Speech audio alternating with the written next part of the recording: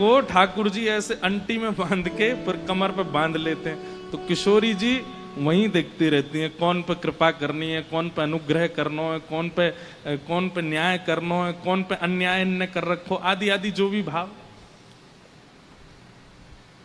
हमारे ब्रज में एक रास का पद गाते हैं, रास में चल श्यामा प्यारी, बाट सब देखें ब्रज नारी। रास में चल श्यामा प्यारी, बाट सब देखें ब्रज नारी। दिल्ली वाले हमारे कछु रसिक ज्यादा हैं, हमारे यहाँ रसपक्ष जल्दी प्रकट हो जाता है। अभिमान मत कर लियो या बात को, कि अभिमान है जा देखो हम तो बड़े रसिक हैं। तो रास में चल श्यामा प्यारी, बाट सब देखें ब्रज नारी। रास में चल श्यामा प्यारी, बाट सब देखें ब्रज नारी। तो पूरा पद नहीं गाएंगे, वो जिस दिन रास होगा ना कथा में उस दिन गाएंगे, लेकिन इसमें एक बीच में एक पंक्ति आती है, इतनी टेढ़ी मेढ़ी बात कर रहे ठाकुर जी, इतनी चिकनी चुपड़ी बात कर रहे, तो किशोरी जी बोली, सहज टेढ़ बतरान में टेढ़ो है तेरो अंग, सहज टेढ़ बतरान में टेढ़ो है तेरो अंग। बोले जैसे टेढ़े तुम्हारे पांव हैं, जैसे टेढ़ो तुम्हारा मुख है, जैसा टेढ़ो तुम्हारा मुकुट है, और जैसी टेढ़ी ये कमर है ना, वैसी टेढ़ी आपकी बातें हैं। सीधी सीधी बात ना करो, टेढ़ी मेढ़ी बात करो।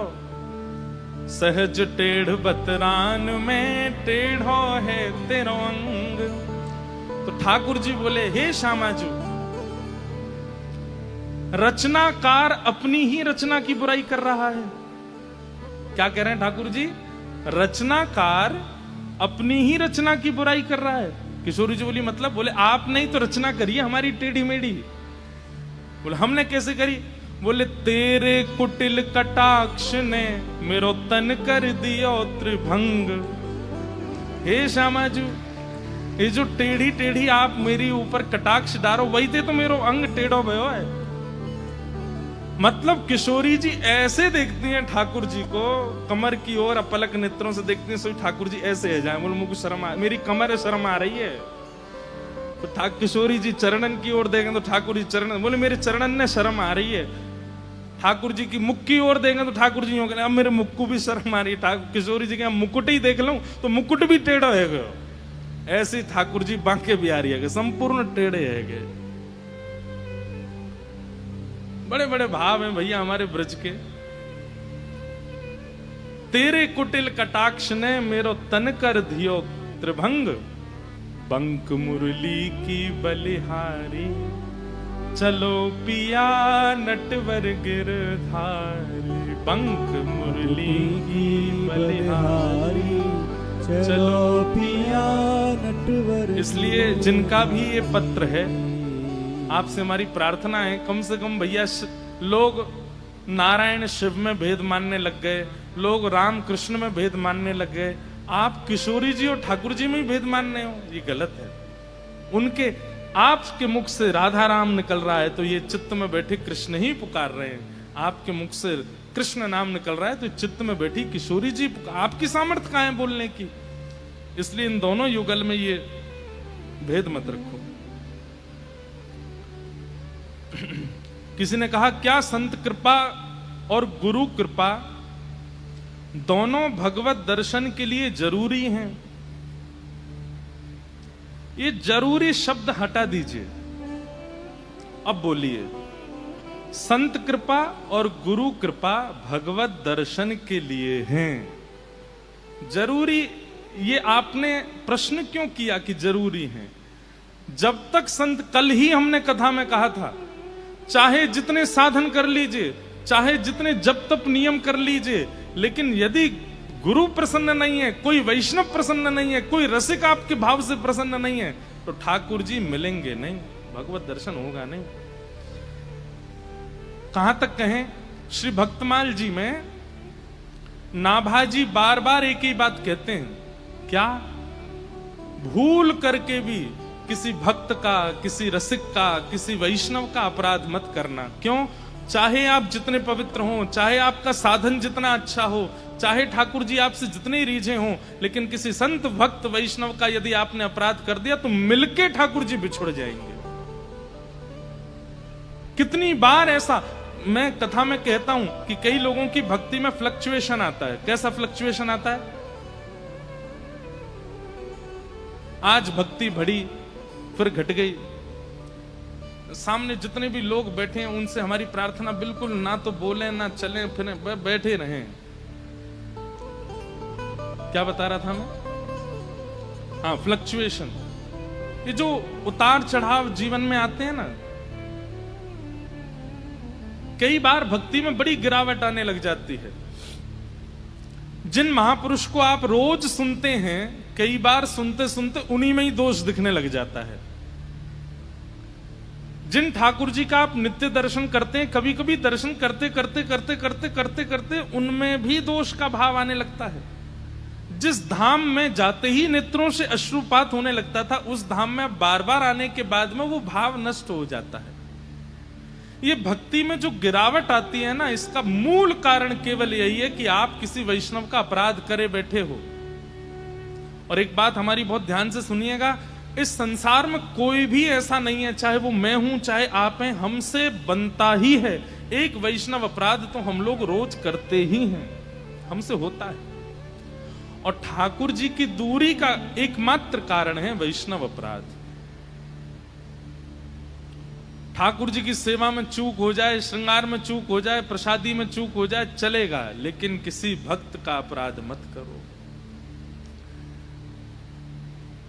जो परमात्मा इतने कोमल हैं कि लक्ष्मी जब चरण दबाती है तो ठाकुर जी कहते हैं मुकु दर्द है रो, ने हाथ ऊपर कर लो। जिन किशोरी जी के हाथ कमल से भी ज्यादा कोमल हैं, कमल सबसे कोमल होता है, उससे भी ज्यादा कोमल हैं श्री लक्ष्मी जी के हाथ, और वे जब ठाकुर जी के चरण दबाती हैं तो ठाकुर जी कहते हैं दर्द हो रहा है, थोड़ा धीमे दबाओ। लक्ष्मी जी कहती है मेरे हाथ, जिनके आगे कमलों को भी शर्म आ जाती है, कमल भी मुरझा जाते हैं कि भाई लक्ष्मी जी के हाथ तो हमसे भी ज्यादा कोमल हैं, वो जब ठाकुर जी के चरणों पर रखे जाते हैं तो ठाकुर जी कहते हैं दर्द हो रहा है, धीरे दबाओ। तो ठाकुर जी ऐसा कहते हैं, वर्णन करते हैं कि किशोरी जी मतलब लक्ष्मी जी अपनी छाया से हाथ चरण दबाती हैं ठाकुर जी की, तब ठाकुर जी कहते हैं हाँ अब ठीक है। तो लक्ष्मी जी कहती है कितने कोमल हैं, कितने नाजुक हैं, ये विश्व का कल्याण कैसे करते होंगे, ये विश्व का पालन कैसे करते होंगे। लेकिन वही कमल नयन, कमल चरण, कमल हस्त, कमल मुख, सर्वांगीण अंग जिनका कमल जैसा है, वही जब अपने भक्त पर अपराध देखते हैं तो नृसिंह बन करके आ जाते हैं, जिनके रूप को देख करके देवी देवता भी थर थर कांप रहे हैं। क्यों? क्योंकि एक भक्त का अपराध हुआ, एक भक्त का अपमान किया जा रहा है। इतना विकराल स्वरूप ठाकुर जी ने धार। कल हम लोग जब देख रहे थे पिक्चर, तो बार बार मेरे मन में भाव आवे, क्योंकि हम भी ऐसे करते हैं। हमारो लाला गिरधर लाल जी, मैं लाल जी तुम तो बड़े सीधे हो, तुम तो बड़े भोले हो, तुम तो बड़े नाजुक से हो। कहीं भी सेवा होती है, हमारे यहाँ सेवा में नियम है, जितने भी लोग ठाकुर जी की सेवा करें ध्यान से सुनना, सेवा में ठाकुर जी को अंगूठा लगाना मना है। ठाकुर जी को उठाते हैं, धरते हैं, विराजमान करते हैं, इत्र लगाते हैं, कोई भी सामग्री लगाते हैं, तो ऐसा कहते हैं कि अगर छोटा स्वरूप है ठाकुर जी का तो उसमें अंगूठा नहीं लगाना चाहिए, क्योंकि अंगूठे में बहुत बल का प्रयोग होता है और ठाकुर जी को श्रम हो जाता है। इतनी कोमलता से पुष्टि मार्ग में सेवा करी जाती ठाकुर जी की, अंगूठा मत लगाओ ठाकुर जी को। भले ही उन्होंने गिरिराज जी उठाए, भले ही काली अनाग पर नृत्य किया है, भले ही वो राक्षसों को मारते हैं, भले ही वो कितने बलवान हैं, लेकिन ठाकुर जी इतने वास्तविक मूल स्वरूप में ठाकुर जी इतने कोमल है कि उनको अंगूठा लगाना भी अपराध माना गया है। और यदि आपके स्वरूप ऐसे हैं कि वो बिना अंगूठा लगाए सेवा नहीं होती, तो आपको एक विशेष भोग रखना चाहिए ठाकुर जी के लिए, उसको कहते हैं श्रम भोग। क्या बोलते हैं कि हे नाथ, हमने आपको जोर से पकड़ा, इसके लिए आपको श्रम हो गया होगा, तो एक विशेष श्रम भोग रखा जाता है। वो 8 भोगों से अलग है श्रम भोग। इतने कोमल ठाकुर जी, कल जब नृसिंह रूप में वो प्रकट हुए सामने, मैं बार बार कहूं वारे लाला, तुम पे तो जूरू कराटे भी आवे, तुम पे तो धाड़बू आवे। ओ महाराज क्या चीर फाड़ कर रहे हैं, उठा के फेंक रहे हैं। हनुमान जी भी भागवत जी में स्तुति, जब नृसिंह भगवान प्रकट होते हैं तो सबकी स्तुति है। तो वहां रुद्र ने भी स्तुति गाई, ब्रह्मा जी ने भी स्तुति गाई, किम पुरुषों ने भी स्तुति गाई, बानरों ने भी स्तुति गाई। हनुमान जी भी घबरा गए, बोले नाथ हमने आपका रूप तो देखा पर ऐसा रूप तो हमने भी नहीं देखा। ऐसे ठाकुर जी बन गए। किस लिए? केवल एक रसिक भक्त प्रहलाद का अपमान हो रहा था। हम लोग कितने प्रहलादों का अपमान करते हैं, हम लोगों से कितने वैष्णव अपराध बनते हैं, कितने रसिकों के प्रति अपराध। अभी पूरा भारतवर्ष एक महापुरुष का अपराध कर रहा है वृंदावन में। उनकी वाणी सब सुनते हैं, उनकी वाणी से कितने लोग जीवन बदलते हैं, लेकिन एक बात का अनर्गल अर्थ निकाल करके सब अपराध कर रहे हैं। लग रहा था कि लोगों में भक्ति बढ़ रही है, लोगों में प्रेम बढ़ रहा है, लोगों में भाव बढ़ रहा है, लेकिन अब सब खत्म होगा। क्यों? क्योंकि एक रसिक का आप अपराध कर रहे हो, आप अपमान कर रहे हो। श्री जी क्षमा नहीं करेंगे। यहां बैठे भी अगर कोई व्यक्ति ऐसे हैं जो उनकी उस भाव से, वही बात है कि भाई बुरा कब लगता है? जब कोई सच बोल दे। और वे तो सबको बोलते हैं, उनके लिए कोई स्त्री पुरुष अलग अलग नहीं है। वो पुरुषों को भी समझाते हैं, वो बच्चों को भी समझाते हैं, हम कथा वक्ता भी जाते हैं, हमको भी समझाते हैं। आज पूरा विश्व उनका कितना अपराध, घनघोर अपराध कर रहा है। इसीलिए कहीं सुनामी आ रही है, कहीं पर भूकंप आ रहा है, कभी कुछ हो रहा है, कभी कुछ हो रहा है। हमारी प्रार्थना है ऐसा मत कीजिए आप लोग। जिनकी वाणी सुनकर के कभी कृष्ण प्रिय लगे हैं, वृंदावन प्रिय लगा है, कम से कम उनका इतना तो सम्मान कीजिए कि वो क्या कहते हैं, किस भाव को प्रस्तुत करते हैं। आप ठाकुर जी को क्रोध क्यों दिला रहे हो? भोग में कोई अपराध हो जाए ठाकुर जी गुस्सा नहीं होते, श्रृंगार में अपराध हो जाए ठाकुर जी को बुरा नहीं लगता। आपसे श्रृंगार कराने बैठे हैं क्या? वो पूरा दुनिया श्रृंगार करती है उनका, और आप क्या श्रृंगार करोगे उनका? वास्तव में कोई श्रृंगार नहीं करता ठाकुर जी का। श्रृंगार का सौभाग्य है कि वो ठाकुर जी के ऊपर पधराया जाता है। वो उसका भाग्य होता है कि मुझे धरा दो, मैं ठाकुर जी के ऊपर जाऊं। नहीं तो अंदर की बात बताऊं, श्रृंगार से ज्यादा ठाकुर जी तब अच्छे लगते हैं जब सारा श्रृंगार उतार दिया जाता है। आज हरि देखे रंगम नंगा, मोतिन माल गले उर साजे, छवि के उठत तरंगा। आज हरि देखे। वास्तव में तो श्रृंगार जब बहुत बड़ा बड़ा श्रृंगार होता है ना ठाकुर जी का, तो वो तो श्रृंगार का सौभाग्य है कि आज ठाकुर जी ने उस पर कृपा करी। आजा चल तू भी बैठ ले, तेरे भी भाग्य बढ़ा दूं मैं। जैसे कई लोग ज्यादा पॉपुलर होने के लिए प्रधानमंत्री के संग फोटो खिंचवा लेंगे, मुख्यमंत्री के संग फोटो खिंचवा लेते हैं। अब लोग बाग यूं कहें, देखो प्रधानमंत्री का सौभाग्य इन्होंने मेरे संग फोटो खिंचाए। आप कहोगे वाह ये कोई बात है? आपका सौभाग्य कि आप उनके साथ खड़े हो। ठीक वैसे ही नूपुर से लेके मुकुट तक ये पूर्व जन्म के कोई महापुरुष संत रहे हैं जो इस बार श्रृंगार बन के आए और ठाकुर जी ने इनको धारण करके इनको कृतार्थ किया। बाकी ठाकुर जी को श्रृंगार की आवश्यकता नहीं। रोटी सब्जी दाल चावल जो आप बना करके 56 भोग पधराते हो, उससे ठाकुर जी का पेट नहीं भरता, बल्कि वो अन्न सामग्री कोई पूर्व जन्म के ऋषि हैं जो तप करके इस बार अन्न बने हैं और पक करके ठाकुर जी की थाली में पहुंचे हैं। ठाकुर जी हमको स्वीकार कर ले। ठाकुर जी को आवश्यकता, इनसे ठाकुर जी को बुरा नहीं लगता है कि आपने भोग अच्छे से नहीं लगाया, श्रृंगार अच्छे से नहीं किया, आरती नहीं करी, दीपक नहीं जलाया। इन सब से कभी ठाकुर जी नाराज नहीं होते। ठाकुर जी को दुखी करने का एक ही कारण है और वो है भक्त अपराध, वैष्णव अपराध। और भक्त अपराध वैष्णव अपराध से बचने का एक ही उपाय है।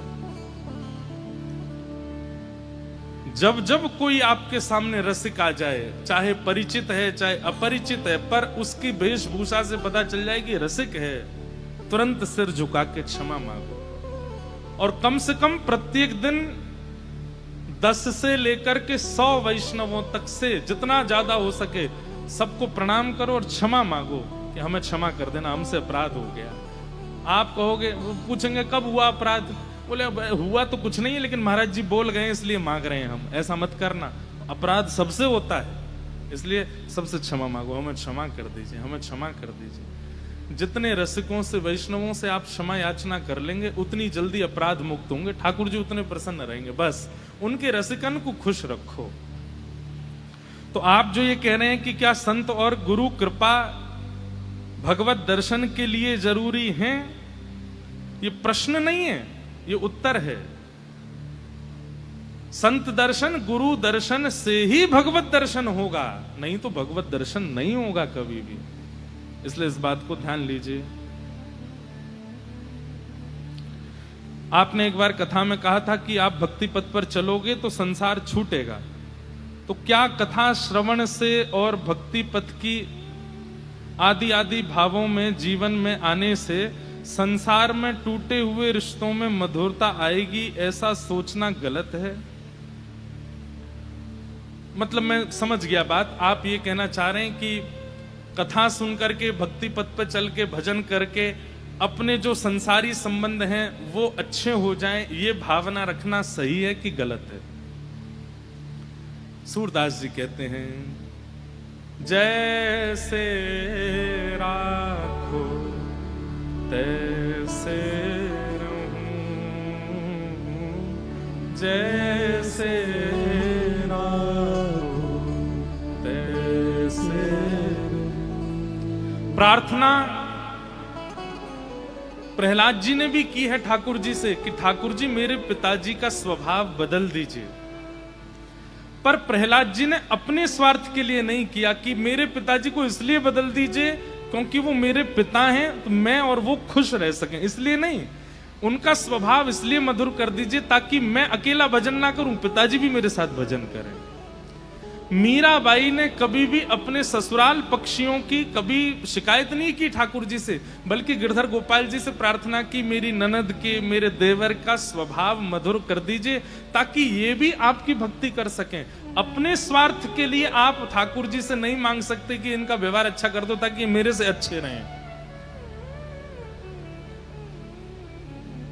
घर का प्राणी कहा ना माने, मन मन खुशी मनाऊं।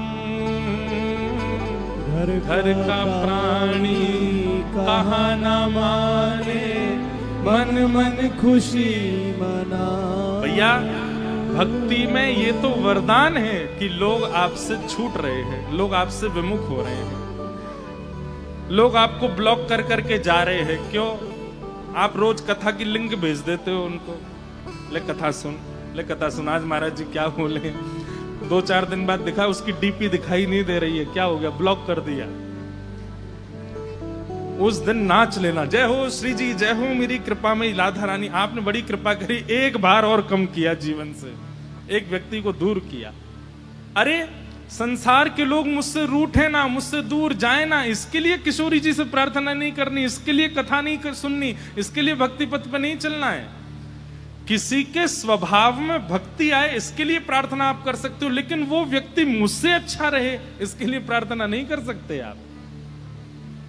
हाँ, ये बात हो सकती है कि हमारे पति का स्वभाव अच्छा हो जाए ताकि वो मुझे कथा में जाने से रोके ना, ये बात हो सकती है। मतलब कहीं ना कहीं केंद्र में भक्ति हो तो आप मांग सकते हो किसी की मधुरता का भाव, लेकिन वो आपके लिए अच्छा हो जाए ऐसा, इसके लिए तो भक्ति फिर स्वार्थ की हो जाएगी। तो ऐसे ऐसे भाव हैं, सबको हम प्रणाम करते हैं। कल बंधुओं एक बात और आई थी, वो कह करके चलें।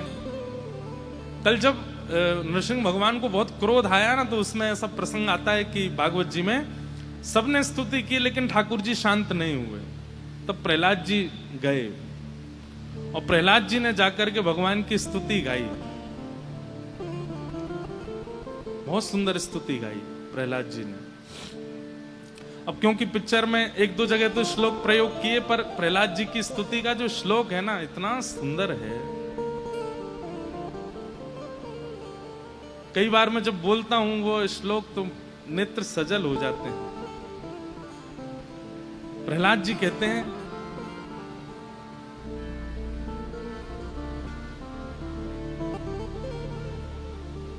ब्रह्मादयो सुरगुण मुनयोथ सिद्धा सत्वैकतान मतयो वचसाम प्रवाहे नाराधितुम पुरगुणैरधुनापि पिप्रू किम तोष्टुमर्हति समी हरेरुग्र जाते। कि ब्रह्मादय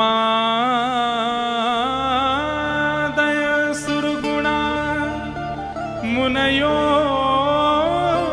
सिद्धा सत्वैकतान मतयो वचसाम प्रवाहे नाराधितुम पुरगुणैरधुनोऽपि पिप्रू किम तुष्टुमर्हति समे हरिरुग्र जाते। इतना बोला है प्रहलाद जी ने, इतने में तो नरसिंह भगवान लुट गए प्रहलाद जी को। वो प्रहलाद जी क्या कहते हैं, वो जब प्रहलाद चरित्र आएगा तब मैं उसका विस्तार ज्यादा करूंगा। लेकिन कल मेरे मन में एक बात आ रही थी वहां बैठे बैठे,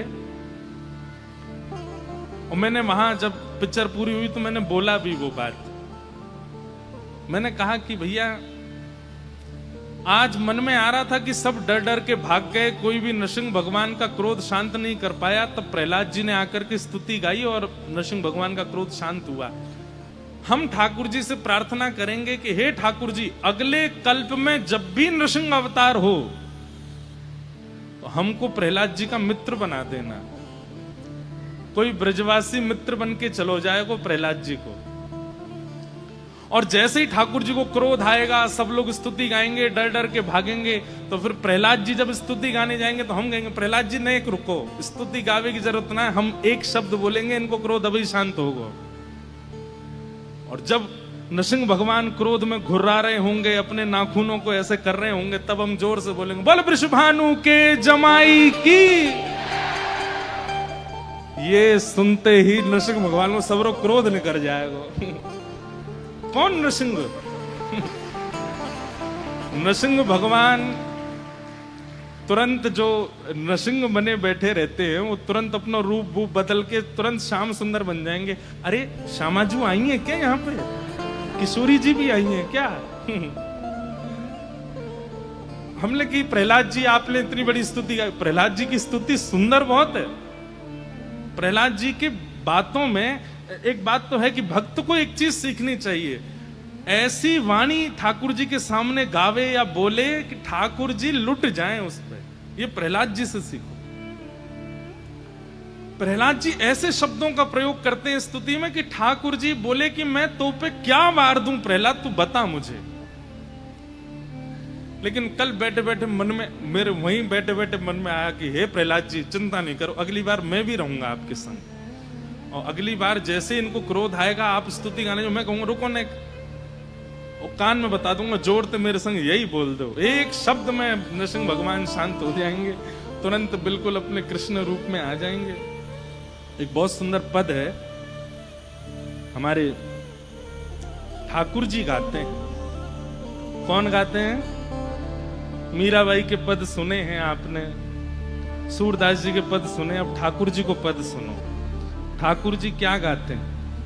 बहुत सुंदर भाव है।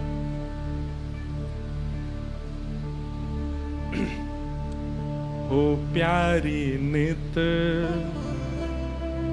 आवाज आ रही है हमारी? गाइएगा साथ में। प्यारी नित ऐसे ही तुम्हें निहार, प्यारी ऐसे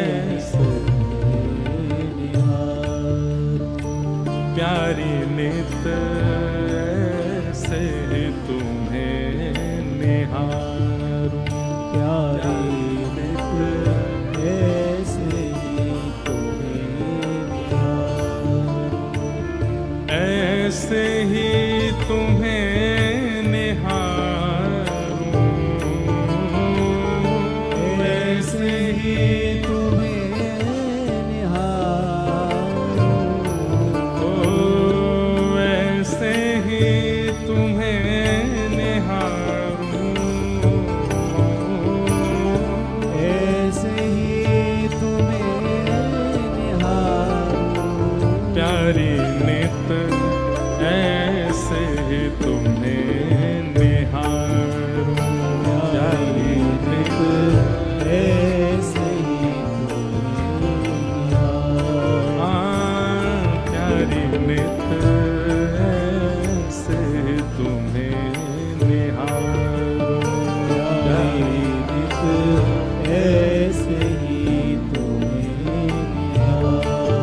क्या कह रहे हैं ठाकुर जी? हे श्यामाजू, मैं ऐसे ही आपको निहारता रहूं बस, और मुझे कुछ नहीं चाहिए।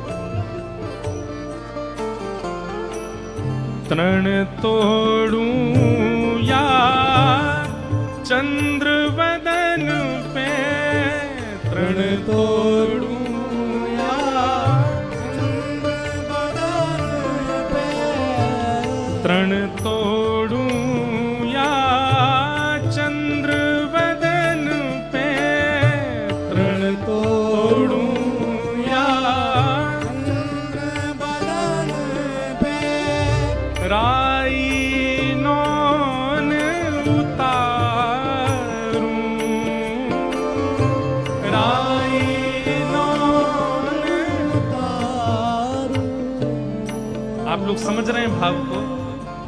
तृण तोड़ूं यानी कि कोई की नजर नहीं लगे तो हे श्यामाजू, आपके मुख को देखूं तृण तोड़ दूं। और इतने में भी ठाकुर जी का मन भरता नहीं है, नहीं अब भी नजर लग ही जाएगी इनको। तो राई नौन लेकर के आते हैं किशोरी जी के मुख से चरण तक। ठाकुर जी ऐसे राई नौन उतारते, नजर उतारते हैं किशोरी जी के।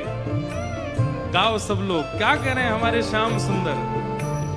तृण तोड़ूं या चंद्र बदन पे, तृण तोड़ूं या चंद्र बदन पे, राई नौन उतारूं, राई नौन उतारूं। ओ प्यारी नित से तुम्हें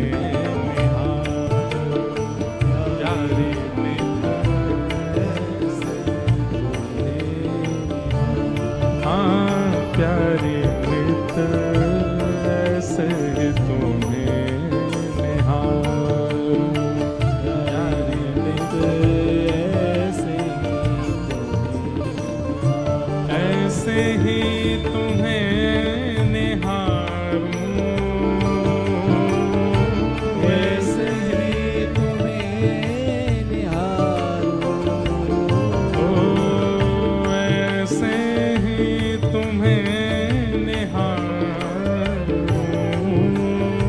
ऐसे ही तुम्हें निहारूं। ओ श्यामा तुम्हें ऐसे ही तुम्हें निहारूं, श्यामा ऐसे ही तुम्हें निहारूं, मेरी श्यामा नित ऐसे ही तुम्हें निहारूं, मेरी श्यामा नित ऐसे ही। बोलो वृषभानु दुलारी।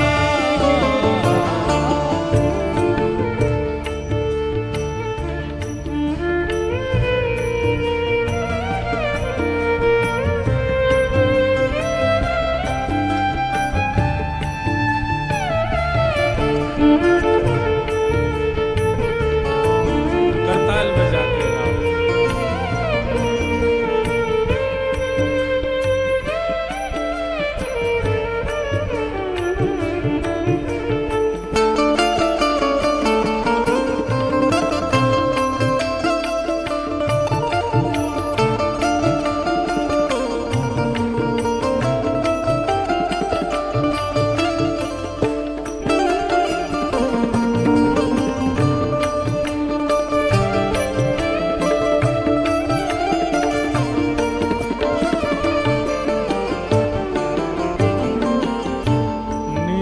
कर करूं श्रृंगार तिहारो, निज कर करूं श्रृंगार तिहारो, निज कर करूं श्रृंगार तिहारो, निज कर करूं श्रृंगार तिहारो।